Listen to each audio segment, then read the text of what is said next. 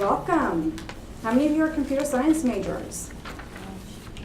How many of you want to be computer science majors? How many of you are not going to answer me?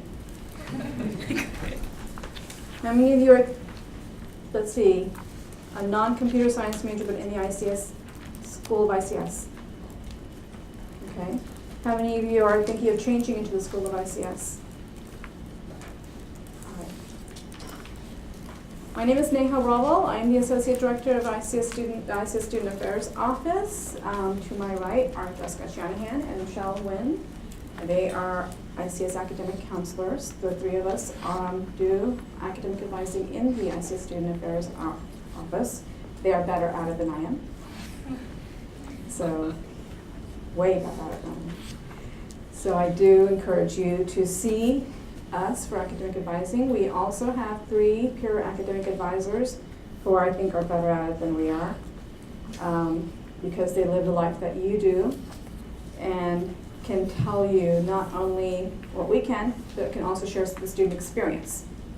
And so I think you get a richer spectrum when you go see a peer advisor as well.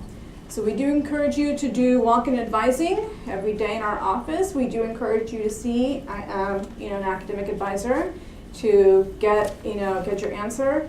I know you guys have been emailing us a lot lately.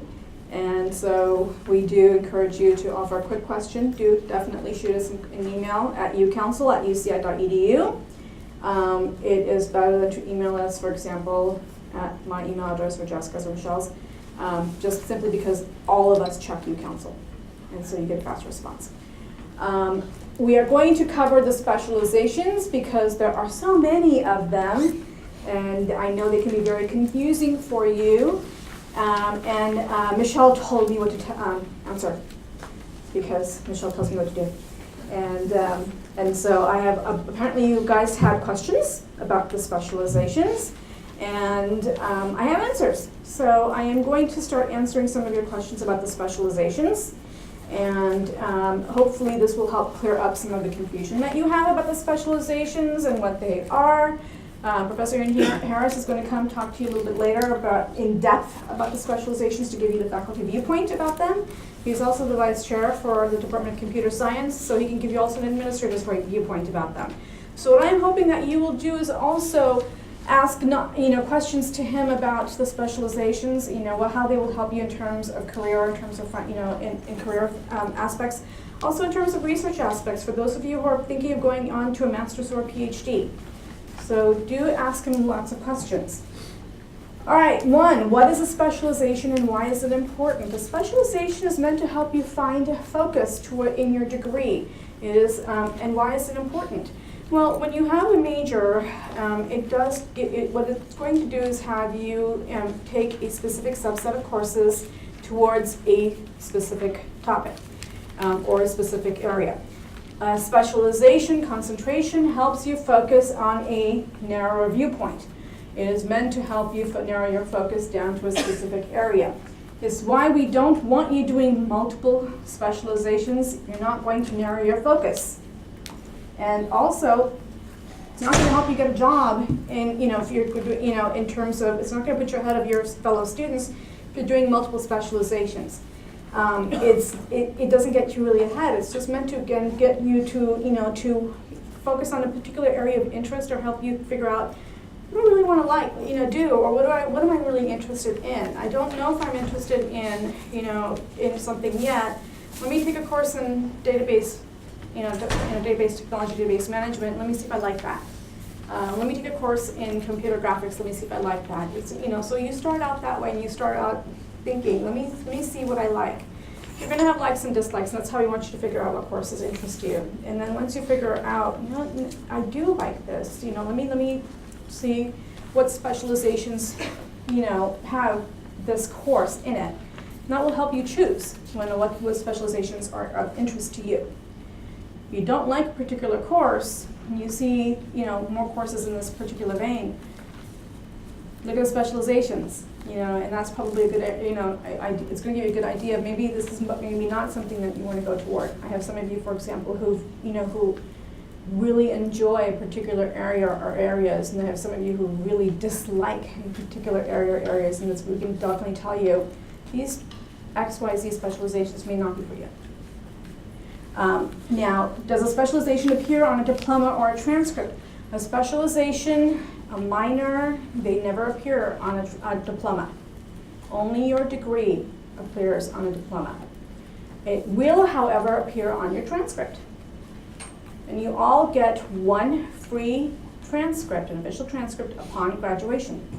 So we do encourage you, as soon as you graduate upon degree certification, you order your free transcript as soon as you graduate. You can, however, order multiple transcripts after graduation if you think that you will need to show this to an employer, or if you're still in the interview circuit, show that to anybody that you're interviewing with. But it will your specialization will definitely show up on the transcript. Clarification on total number of courses necessary to complete the computer science degree versus specialization. So, we had some confusion in terms of what do I need to do in order to complete my degree?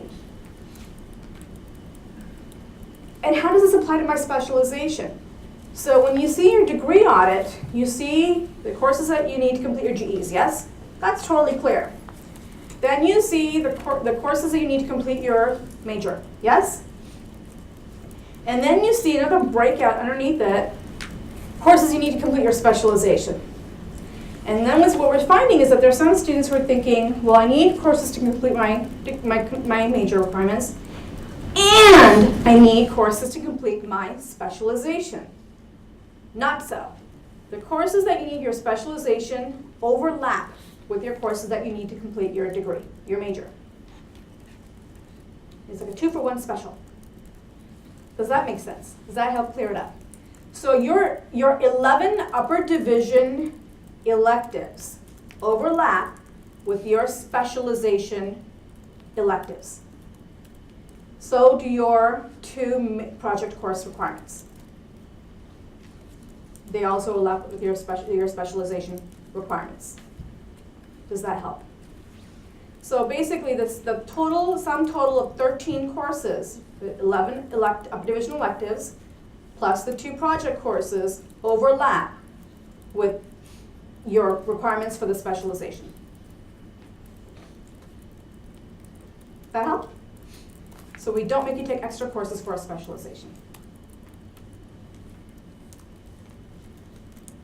Is it possible to declare multiple specializations? Yes, it is.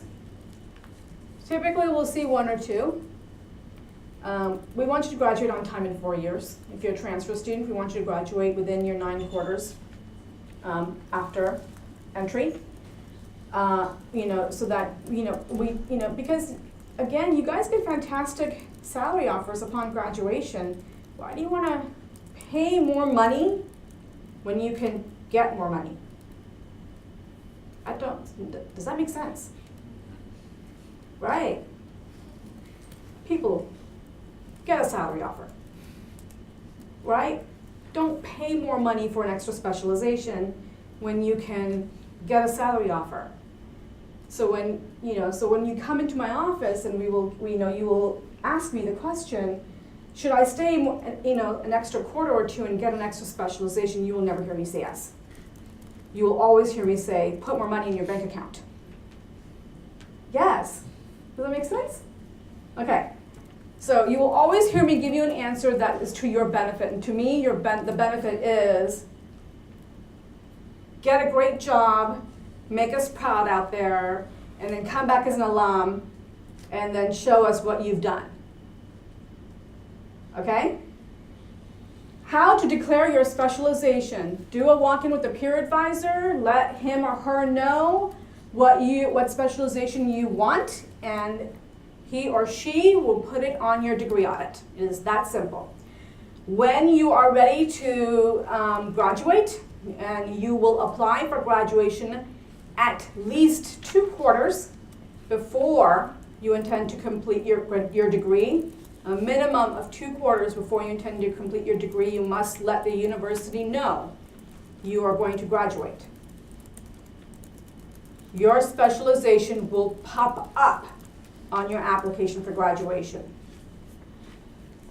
If you don't see it on your application for graduation, that means you have not let our office know that you've declared a specialization. And it's not showing up on your degree audit. There's your indicator. Okay? What to do when classes aren't offered for a particular specialization. So for example, business informatics, we have a particular course that we have added onto this specialization that is offered by the School of Biological Sciences. This course has not been offered in the past 2 years because the instructor has retired. And so we're a bit grieved right now because we would like all of you to be able to do the specialization. We're waiting for the School of Biosci to be able to hire new faculty members so that they can start offering this course again. And so, we're basically waiting for this course. Now, there are a number of you who want to do bioinformatics as, bioinformatics, biomedical computing. Bioinformatics, see, they know better. Bioinformatics as the specialization. So what we've been doing is we found a patch solution to make this work for any of you who want to do the specialization. When you find something like, when we do, and this happens to us, faculty do retire, it happens. And when we find something like this happening, we want you to come and have a conversation with us so we can find a workable solution for you. And we always do. We always do. So, but we do want you to come in, not stress, don't get anxious, just come in, have a conversation with us so we can find a solution for you. And, we can definitely do that. But that does require a conversation so we can find out what your needs are, assess the situation, and then find out what's the appropriate solution for your needs. Yes? Okay. So definitely do that. Make an appointment with one of us. It does require you to meet with one of the three, an academic counselor, so that we can find out what's the appropriate solution for you. Now, timely graduation versus specialization. I did cover this a little bit before. We would like you to graduate if you came in as a freshman in a timely manner. The campus does say within 15 quarters. As of time of entry for a freshman, within 9 quarters of time of entry for a transfer student. That's typically what we look for. So that's what we're looking for. Now, like I said, for me, I've been using the rule of thumb in terms of, is it really worth adding extra time to add an extra specialization when I know you all can make a fantastic, salary out there doing amazing things instead of adding an extra specialization? I'm always going to go in your favor and say, no, go do something amazing and go, earn a great salary and then go travel the world once you've saved money in your bank and go out with your friends and then do a great trip after making an earning. But and so do great things. So think about it that way. Now, in terms of, now I've been here and I've even heard in terms of, do I want to add X specialization versus Y specialization? Because I've heard that it's going to give me an extra added edge. We've heard this in the office too. We've never seen evidence of it. I talk to recruiters all the time, and I've never had a recruiter tell me that, I'm looking for students with this specialization versus that specialization. It's not, we've never heard that yet. If we did ever hear that, you would hear us start giving you that kind of advice. Fair? Okay. When to start taking specialization classes? You will see us put that in your 4-year plan, probably toward the end of your 2nd year if you enter as a freshman. If you are a transfer student, you will start seeing that depending on your academic plan, probably toward the end of your 1st year or beginning of your 2nd year as well.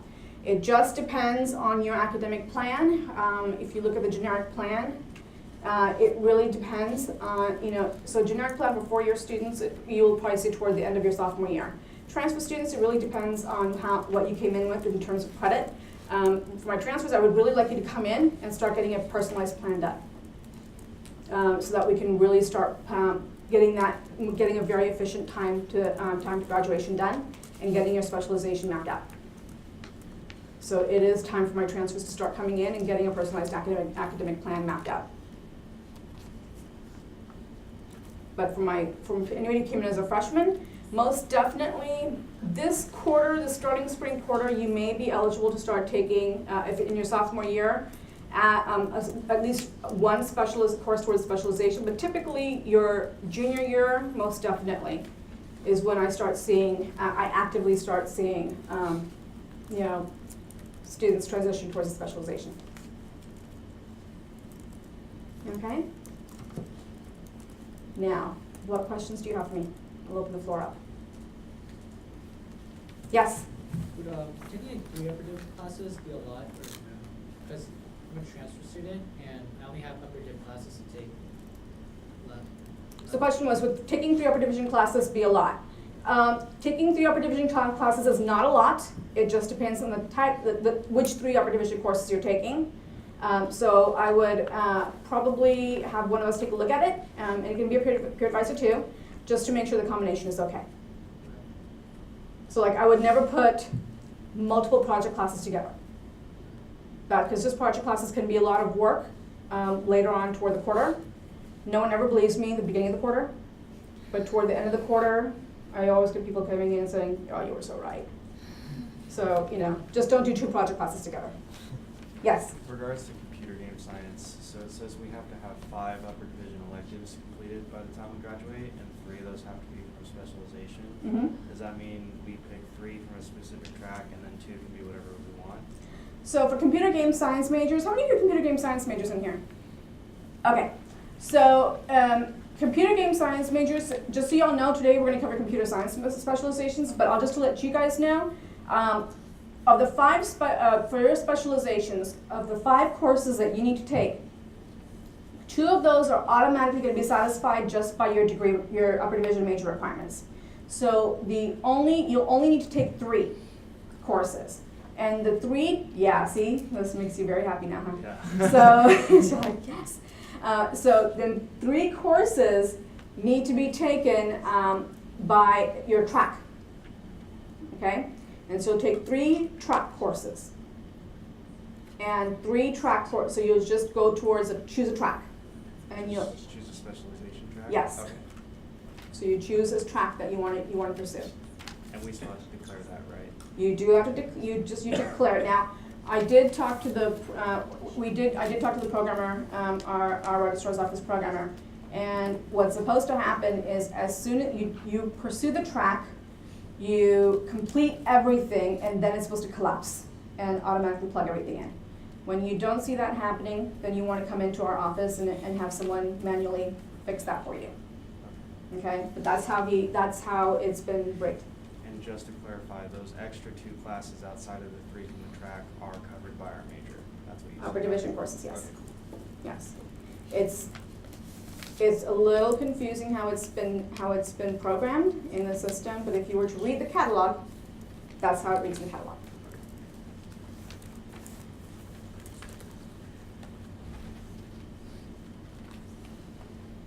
Yes? I'm trying to graduate as soon as possible. Are there certain specializations that are easier or more lenient on the schedule? Like some that don't require, that are offered more quarters? Or? That's an awesome question because that leads to the next transition, so thank you. So we are now starting the 2015-16 catalog, going to offer a new specialization called general computing. And the faculty created this because of the fact that there are so many more computer science majors than ever before, and classes are just filling up too quickly. And so general computing is now going to come on board, 15-16. So the earliest we can offer it is for summer graduates because of the fact that the Academic Senate approved it for effective 15-16. And so it will be 11 upper division courses, which matches again your electives, the number, like so your 13 upper division courses. 11 upper division courses starting from computer science 111 to 190. Okay, so any from that that entire sequence. So that's the easiest way and the fastest way to graduate with the specialization. And you said that's going to be available to Start- graduating next year? Effective this summer. Okay. So anybody who's a summer graduate onward can specialize in general computing, be a generalist in computer science, and graduate with that specialization. And so that will be the fastest track to graduation, in our opinion. Nicely done.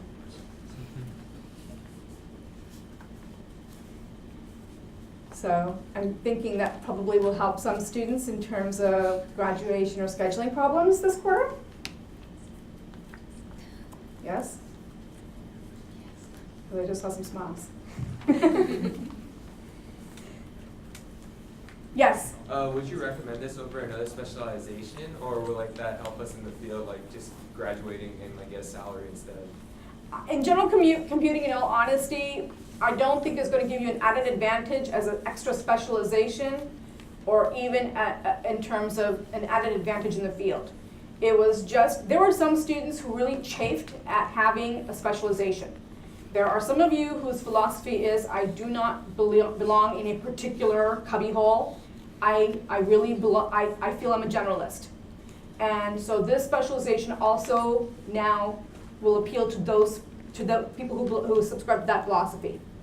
And so this also helps now will I think help those students in that particular, with that particular mindset. There are also students who really wanted flexibility. They did not want to take a particular area, a particular area of courses. They wanted to take a database, a visual computing, and networks and whatnot. They wanted to play, they kind of wanted to play the whole field of computing. And so this now enables them to have that freedom to do so.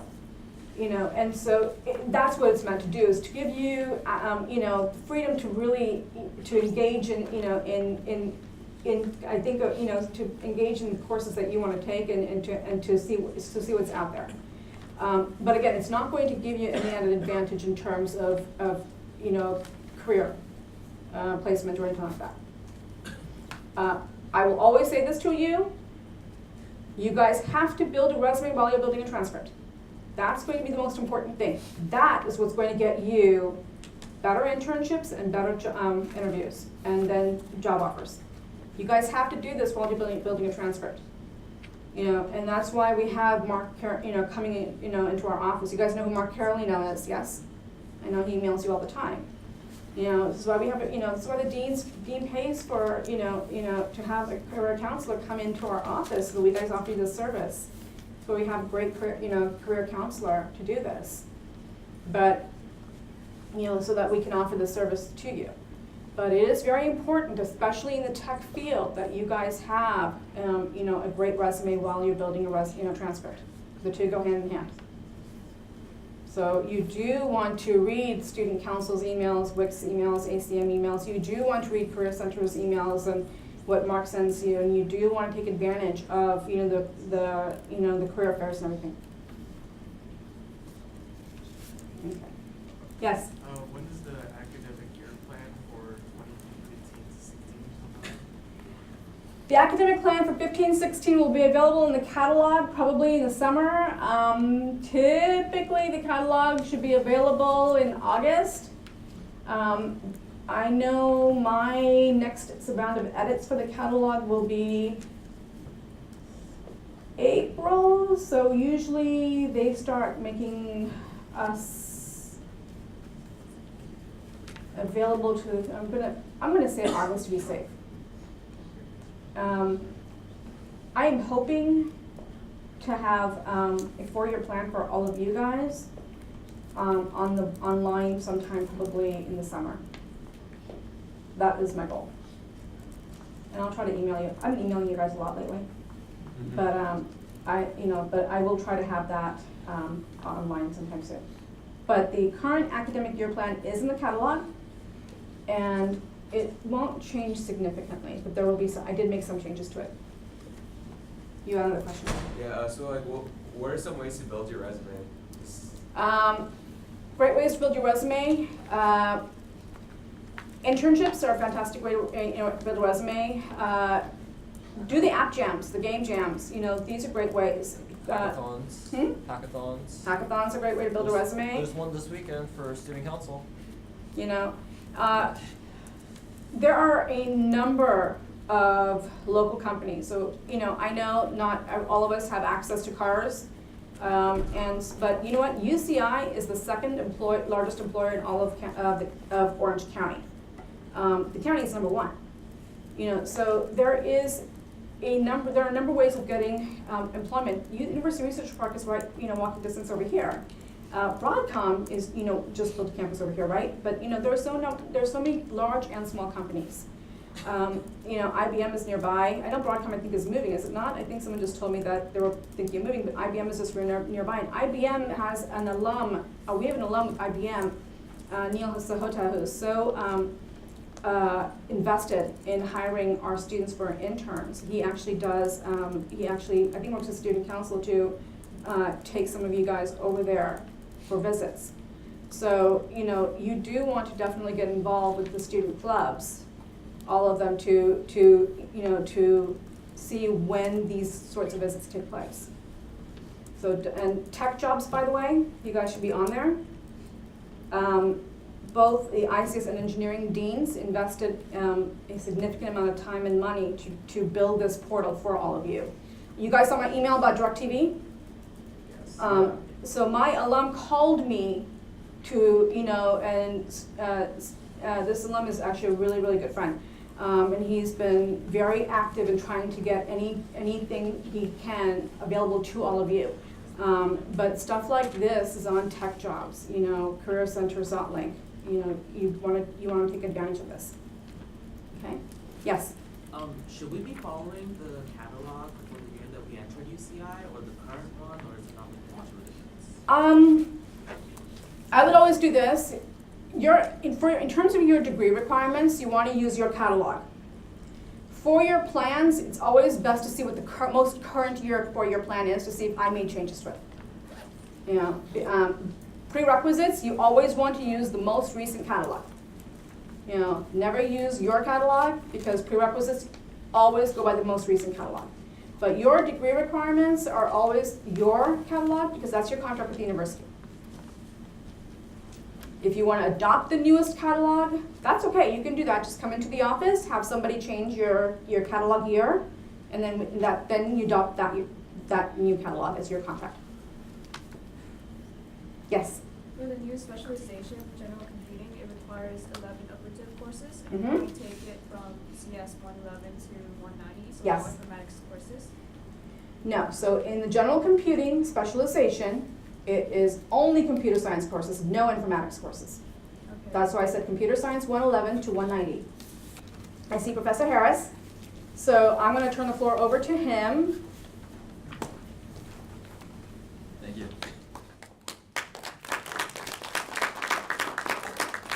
Okay, so I'm Professor Harris. I'm Vice Chair of Undergraduate Studies, I think is the title. And I'm going to tell you about the specializations. So I have a bunch of questions. You all, I guess people submitted questions earlier, right? So I tried to answer some of them in the presentation, but feel free to ask other questions. So specialization. So computer science is broad. It's pretty broad. It's gotten more broad over time. All kinds of new things since I was an undergrad have been added and are now considered part of computer science. So since it's so broad, it's a little hard to cover everything in equal depth like it used to be. So we have these specializations, which allow you to basically focus on some sub-area of computer science. Now, it's not too narrow a focus because you're still computer scientists, right? So there's still a core of classes that everybody has to take where you are forced to get the fundamentals, but then you get to focus a little bit more than you might have without specializations. Okay, so benefit of specialization. So one thing is that you get to spend more time, studying on stuff that you're interested in rather than other parts of computer science that maybe you aren't. Okay, so you get to control that a little bit better. Also, it can prepare you for jobs in a sub-area. If you know you're interested in this particular sub-area and you want to be prepared for jobs in that, then you can take these courses and it'll prepare you a little bit better, right? Just for that. Not that you couldn't move, you know what I'm saying? There's no reason why after you graduate you can't, you say, oh, I was doing embedded systems, now I want to do AI. You can do that, okay? But it helps you a little bit. So it basically gives you a bunch of classes where an employer can say, okay, they took these classes in AI, maybe this person is better suited. Yeah. I'll also prepare you for graduate research, so if you're going to graduate school, then it prepares you for that. So it helps prepare you for research in a particular area. Because once you go to grad school, say you're a PhD student, you have to focus on a very narrow thing, right? So this starts to focus a little bit early before you get to grad school. So specializations, I see, especially now, I see them as sort of advice from faculty, okay? They're kind of advice. So different faculty are experts in different domains. Like I do embedded systems and security, right? And every faculty has their own expertise that they do. I mean, we all know computer science, we all have computer science degrees, but you know, we do research in sub areas, right? So, and we're all basically aligned with one or more of these specializations. So what I see the specialization requirements as basically advice from all of us, because we all, again, each specialization area, like say information, right? All the people related to that got together and decided, look, these are what people should take if they want to get out of here and do something like research or do a job related to this. These are the classes they should have, okay? So this is kind of like advising from faculty, not one-on-one, but sort of the group of specialists in that area have decided, okay, this is probably a pretty good sequence of courses for preparing you for work in this area. Okay, so let's go through specializations. There's 8 of them. Algorithms is one. So algorithms, which maybe you know, maybe in different years. Algorithms, maybe you know, maybe you don't know. Algorithms describe a procedure for how to do something, okay? Like a recipe. Do this, then do that, then do this, then do that. Some sequence, and that's an algorithm. So an algorithm is generally abstracted from coding, right? Like a code is an implementation of an algorithm, right? So I could describe a bubble sort, a way to sort. Oh, do this and switch that, and you know, when you get to the next element, if one's bigger than the other, swap it. I could describe that in English. That would be an algorithm. If I write a C program to do that, or a Java program to do that, that's code, right? But notice I could take an algorithm, write it in C, write it in Java, write it in Python, right? I could have many different versions of code for the same algorithm. So algorithm is abstracted from code. Algorithms, if you do work in algorithms, you're usually interested in finding the optimal algorithm to solve a particular kind of problem, okay? So there are many sorting algorithms. You could use bubble sort, right? You could use insertion sort, you could use merge sort, whatever. But which one is best for your problem, right? Which one is best in whatever the conditions are, which one, and when I say best, which one uses the least space, which one uses has the best performance, that sort of thing. That's what algorithms research is about. You look at the algorithm, abstract it from the code. You look at the abstract algorithm and you analyze the heck out of it and say, okay, theoretically this thing is going to run this fast and use up this much memory, and maybe you make a statement about how much power it uses, you know? So it's theoretical. And so this type of thing, mathematicians get into this. Like if you were on math team, that type of thing, you're that type of person, and this tends to be the type of place you go. Not that I'm going to slot you into that. I was on math team and I didn't do this myself, but anyway, it's like searching. Okay, take searching. It's broadly applicable. So like searching, Google searches, right? There are many search algorithms you can use. Which one are you going to use? Which is optimal for what Google does, the type of search that Google does, right? So so they have plenty of algorithms people on there. They're paying a lot of money to refine their search algorithms, for instance. So. Algorithm study. So generally, if you look at algorithms as a field, it's generally applicable to every field. In fact, you could easily argue that every field of computer science is all about algorithms, right? I mean, anything you want to do, you got to make an algorithm to do it, right? On it, if you're going to write code to do it. So it's generally applicable. You could search the internet. You could search a human genome. It's both search. You know what I mean? So it's generally applicable. And not to say that algorithms are just search algorithms, sort algorithms, all kinds of algorithms. But one thing about algorithms is that if you study algorithms, domain knowledge isn't in there. So it's generic. It's like, okay, here's how you do search. But if you want to search in a human genome, maybe you should know about biology, for instance, right? So the domain knowledge you have to get some way else, some other way, you know, on your own or something like that, or take an extra class or something like that. So algorithms are really looking at the abstract algorithm, not the particular domain that you're using the algorithm in.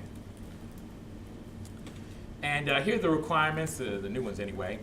3 courses from this list, and you can see basically the graph algorithms. A lot of graph algorithms are fundamental. You know, graphs are used for so many problems, right? So graph algorithms, formal languages, and automata. So a lot of this is about formalism, right? Stating things precisely. Okay, I mean, being extremely anal about writing something, okay? Data structures, okay, project and algorithms, clearly. Cryptography, cryptographic algorithms is a whole class of algorithms that are really important. And optimization, because optimization, well, who doesn't want optimization, right? So every algorithm you make, you want to optimize it. You want to optimize for speed or area, performance, or power, or whatever you want to optimize it for. And they're the faculty who are involved in it. Oh, by the way, these faculty, so with each one of these specializations, I list a bunch of faculty. These are not, there can be people who are also in the specialization who I didn't list, okay? So I say that just in case some faculty's out there and is mad because I didn't put their name in the list. They could be in the list too. Talk louder? Yeah, I'm really great. All right, I could do that. Okay, architecture and embedded systems. Architecture and embedded system specialization is about designing systems that are made from software and hardware, okay? So what does that mean? Cell phones, basically anything, okay? That camera in front of me, those projectors, this computer, like all these, my cell phone, right, my watch, it's all software and hardware put together. Internet of Things, maybe you've heard that buzzword, that's what this is, right? So it's about the interaction between the software and the hardware components. So you have to know some hardware, in addition to the software that you normally learn. Design efficiency is almost always really important in this type of thing. So by efficiency, I mean it's got to be, usually you have cost constraints. You want stuff cheap, right? Cell phones all have to be cheaper. Nobody's going to buy it.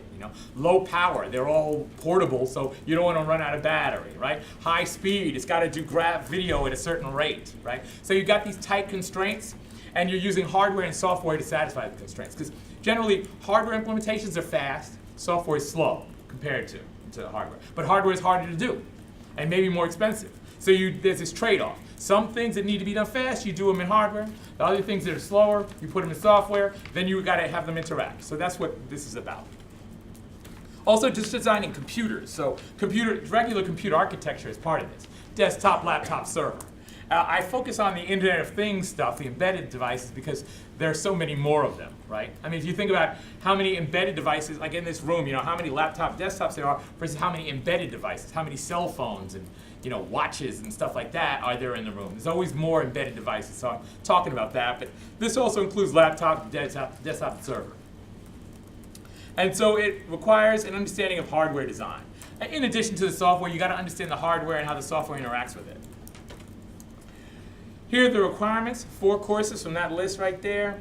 And then there are the recommended electives, which means you don't have to take them, but they are recommended in case you need some idea about what electives to take, you can take those. But generally, these are hardware-oriented classes, hardware and software. So 144, actually, that's software, high-performance computing. 145AB, that's software running on embedded devices. So you'll notice that with a lot of these devices, the vast majority of embedded devices, like cell phones, okay, they don't run on an Intel i7, right? They run on a tiny, cheap processor, right? Much scaled back from like an i7 or something like that, right? So that class, 145AB, they basically program on these smaller processors. And it's sort of a different thing. Then there's some hardware classes, digital design, computer systems and architecture, which is talking about designing computers. And then the lab classes where you actually do some of that in a lab. And they're the faculty. Bioinformatics. So I don't know that much about bioinformatics, except to know that it's essentially big data for biology. So basically you've got tons of biological data.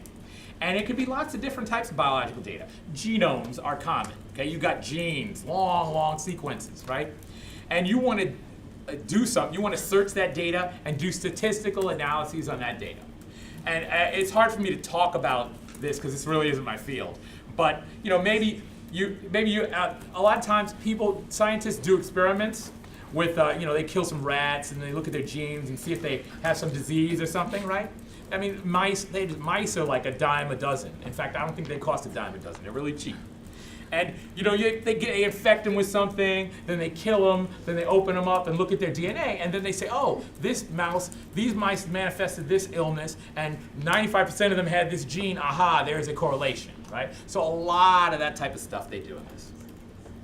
Here are the requirements, and it's basically some biology-related classes, but this is very similar. There's a lot of statistics involved in this, because you're doing statistical analyses on tons of data. Information. Information is big data. Okay, you've heard that term, big data, right?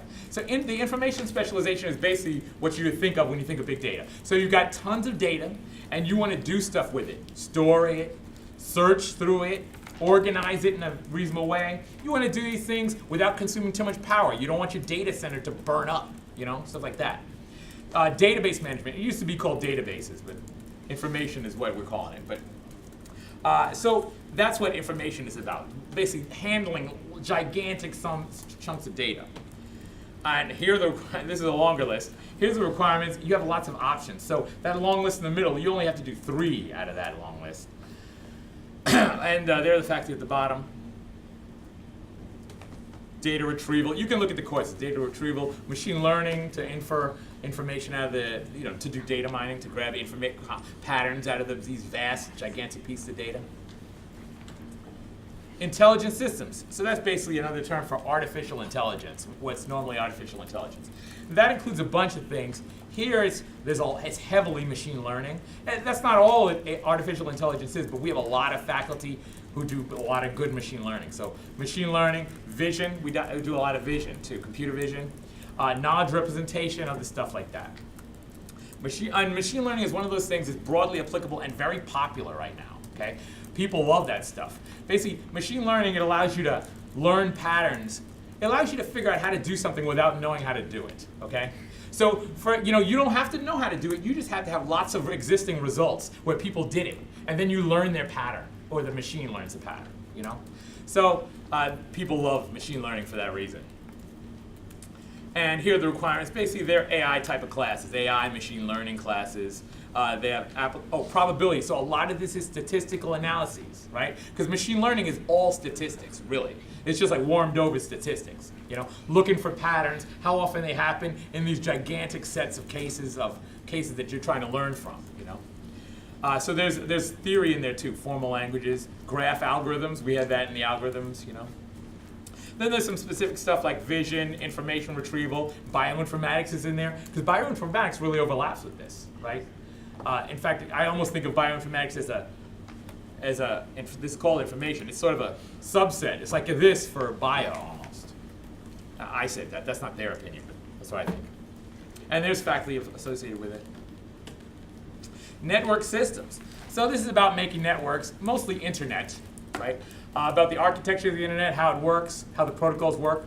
Also smaller ad hoc networks, Bluetooth networks, Zigbee networks. There are all these other smaller network protocols for Internet of Things. Everything's networked, and sometimes you don't need the internet. Maybe it's sufficient for me to communicate with, for instance, they got these personal area networks now, right? Where you can have stuff, actually they seriously have these shoes that have sensors in there that sense like how many steps you're taking, and they can tell how much exercise you're doing, stuff like this, and that will talk to my watch. Broadcom seriously makes this stuff. It's kind of funny. But anyway, maybe it'll become popular one day. But there's a lot of buzz about this right now. But these small networks that are close range. Understanding network protocols. So how does a message find its destination, right? How does it get where it's going to go?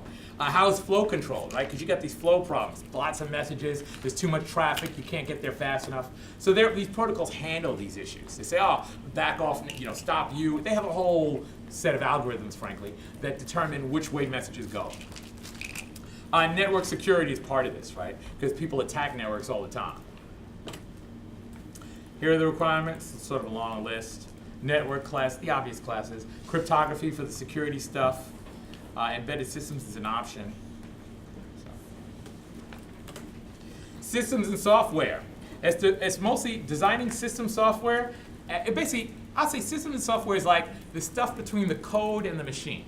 So the application code and the machine. So say you wrote an application, like say PowerPoint, which is running on here, right? Or, yeah, this is PowerPoint, right? This is Mac, but it's still PowerPoint. So say you got PowerPoint running on this machine. So somebody wrote C code for that PowerPoint application. So, but that application eventually has got to run on a machine, on a chip, right? Probably, let's say it has an i7 running on there, right? I don't know what it has, but say it's i7. So there's a lot of things that happen before that thing can run. First thing, you got to compile the code, right? The code has to get translated into the machine language of the processor. Because no processor knows C. You can't execute C or Java or Python or any of that directly. It's got to be converted through compilation or through an interpreter. Java virtual machine, for instance. That's basically an interpreter. So it's got to be converted. So that's part of this. Also, even once it's compiled, they're, on these machines, they have operating systems. So this is a Mac, so it's got Mac OS. The job of an operating system, regardless of what Microsoft or Apple tell you, the job of an operating system is to manage the resources of the machine, to let you run multiple programs at the same time, and to let them share the hardware, right? So the operating system right now is saying, okay, PowerPoint, you get 200 milliseconds to run, and then it says, okay, now, in the background there's a web server running on this machine. Okay, web server, you can run for 200 milliseconds. It just swaps back and forth real fast so I don't notice, okay? That's an operating system. And it says, who can use what when. You can use this memory region, you can use this I/O, whatever. So operating systems is part of this. It's one of those things, it's in the background that's managing the resources while an application is running. Also, cloud-based processing, it's all based on virtual machines. So, say you go to Amazon's cloud. You get an instantiation of a virtual machine. So you might have, maybe they're giving you a Linux, right? So you're running Linux, and somebody else can go to their same cloud and run Windows, and those two can be running on the same machine. It's just on the same physical hardware, but they have two virtual machines. Virtual machine is like an operating system for operating systems, if you want to know. Anyway, all this stuff, it's like the software that's running behind the scenes to manage all the devices. That's what this is about. Ian, Yeah. there's a lot of assumption by students that this is software engineering. It's not software engineering. I don't know. Yes. Yeah. I mean, I can tell you about software engineering another time. It's not my department. No, but this is not the specialization to go in if one wants to do software engineering. If all you want to do is software engineering, then this is not it. And if you want to have a broader career, then maybe this is. But that's a different topic. You know what I'm saying? If purely software engineering is all you're interested in, then this isn't the specialization for you. Nice try. Okay. System software requirements. So here are software requirements. So basically, it's sort of in two blocks. There's the operating systems stuff, and there's the programming language and compilers, interpreters, that sort of thing. Also the networking, right? Because that's another thing that operating systems handle is network communication between machines, right? So operating systems, like this, Mac OS is running on this one machine, right? But in a cloud-based machine, you got effectively what you would call an operating system that's managing a whole farm of processors, right? That also comes under this, right? So when a task comes in, which machine do you put it on, right? Which one has the best load or something like that? So that's also in this. So that's why networking is involved, right? Because these are physically separate machines connected by networks, usually fast ones. And visual computing, so that's basically graphics. And typical applications, you know what? I mean, games, any GUI. Virtual reality, computer vision is part of this, even though that's AI. Computer vision uses a lot of graphics. This sort of overlaps a lot. Visual computing, okay, so here are the requirements. Basically, it's just graphics, vision, digital image processing, which is, you're always processing image, that's what graphics is. So, that's it. Any questions? Go ahead. Do you have any data, like which one's most popular? No. And most popular from whose point of view? Students' point of view, or people hiring point of view? I don't know. No, like which students are taking it? Oh, how many are in each specialization? Yeah. So unfortunately, we don't have direct data. It would be nice to have such direct data, because you don't have to declare your specialization until you're walking out, right? So you're like, oh, I want to graduate with this one, right? So nobody has to declare ahead of time. So we don't have direct data on that. We can make guesses based on enrollments in classes. You can say, look, this class, only people in this specialization would take it. So, maybe you can guess like that, but we don't have that data. Information networks. you were gonna say? Yeah, from a counselor point of view too, you guys come in and ask us, oh, what's the most popular specialization? How many students are taking it? But don't worry about what other students are taking. You guys should be choosing the specialization that you are most interested in learning about. So even if we said most of our students, like 99% of our students are interested in information, does that mean that you really are interested in information? Are you gonna do well in those classes?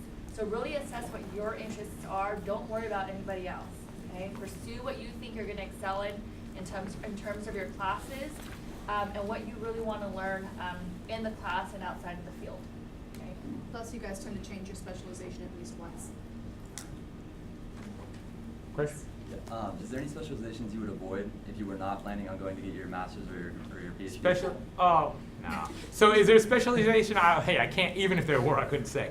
Is there a specialization I would avoid if I weren't planning on getting my master's or PhD? You just wanted to go work, get your. Go work. So so you're saying, is there a specialization that particularly trends towards graduate school?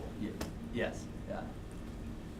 Like algorithm seems like you would need to do a lot. You know, if there was one I was going to say, I would say algorithms. But even algorithms is not really true. Okay. I mean, because So algorithms. You could graduate and go work, and you could have. Yeah. Even see, remember this: that we force you to learn how to code anyway. I mean, even if you go algorithms, you're going to learn you're going to be coding anyway. So if you were to do algorithms, pure algorithms, and not code, then maybe grad school's for you. Yeah. But you can't get away with that. So I don't know. Okay. Thanks. Go ahead. In terms of like career prospects, are there some that are like more in demand than others? Career prospects, are there some that are more in demand than others? Yeah, yes, but it's hard to tell. See, if you look in the paper, no paper, I'm sorry. If you look at online data sources, everybody thinks their thing is the most hot thing. You know what I'm saying? So for instance, I mostly do architecture and embedded systems. So I can say, look, Internet of Things, you probably heard that buzzword, right? That's a hot buzzword right now. Maybe that's the most popular. But big data, hey, that's pretty popular, right? Machine learning, they're all, I don't know, it's really hard for me to say. But also be careful about this. Going for the most popular is not necessarily the best move for getting a job. Because everybody will go for the most popular, right? And then you have heavy competition. Meaning, there are a ton of jobs in making web applications. Professor Harris and I both were here when the dot-com bubble was beautiful and lovely, and we were both here when it burst. And everybody used to come knock on our doors when they wanted to be here and change their careers.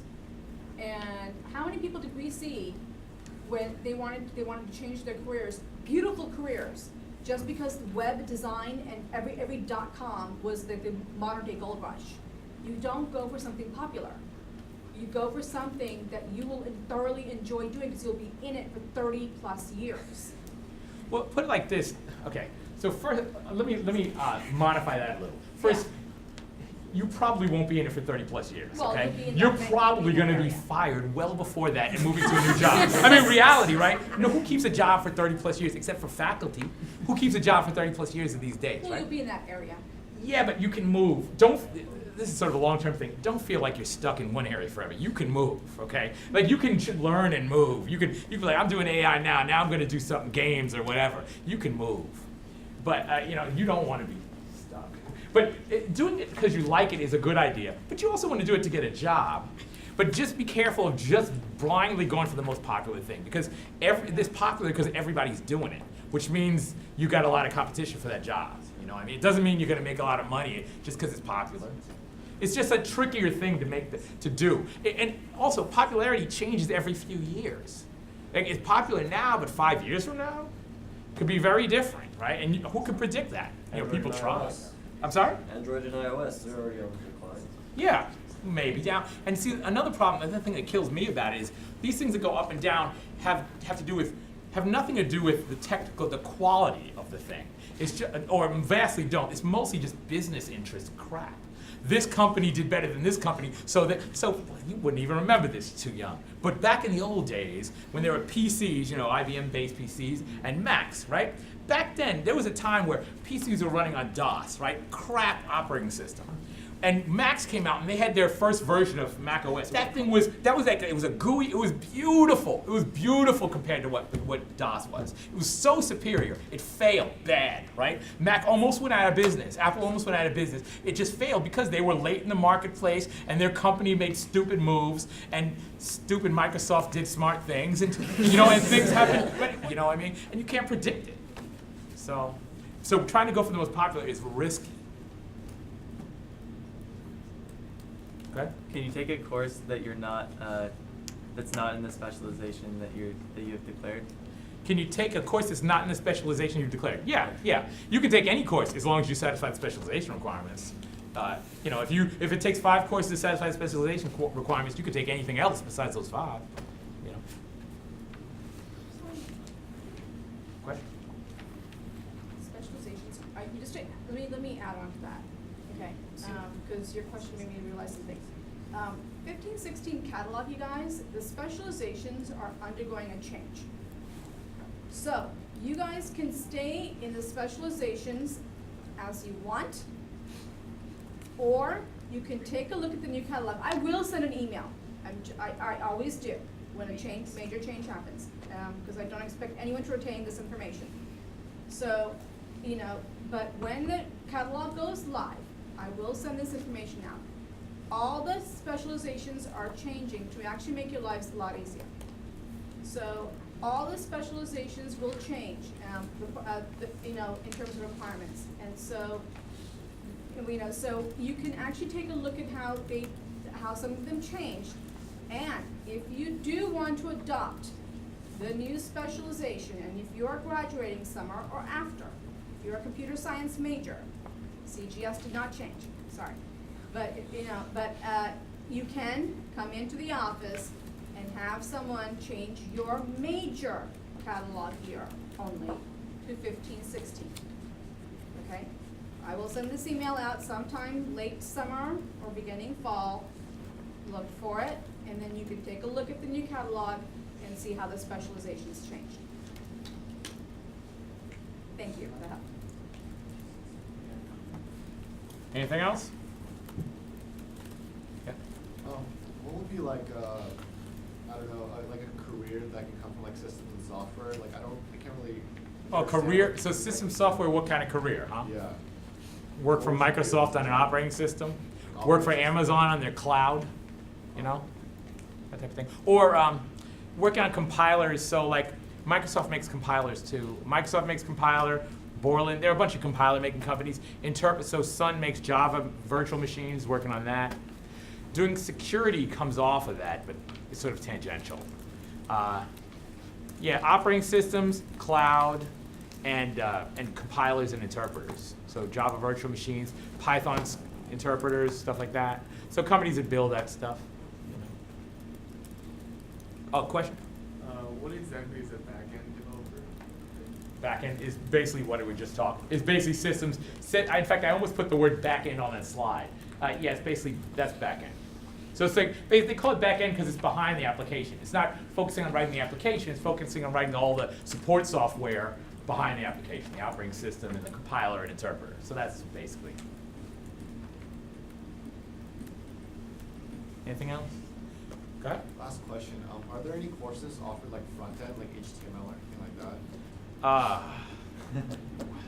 First of all, you do not need a class for HTML, okay?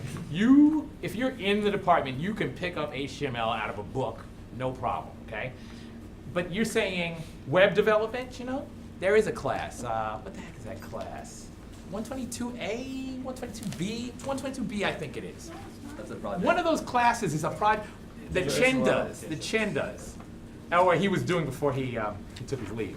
I think it's 122B.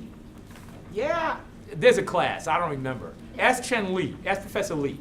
Is it called Project and Databases and Web Applications? Yeah, that's it. Project and Database and Web Applications. What's the number of that course? 122B. 122B. Don't be sending it to 122B. I've got that class under off code right now. I'll see you later. No, I'm just kidding. But I'm going to go. Bye.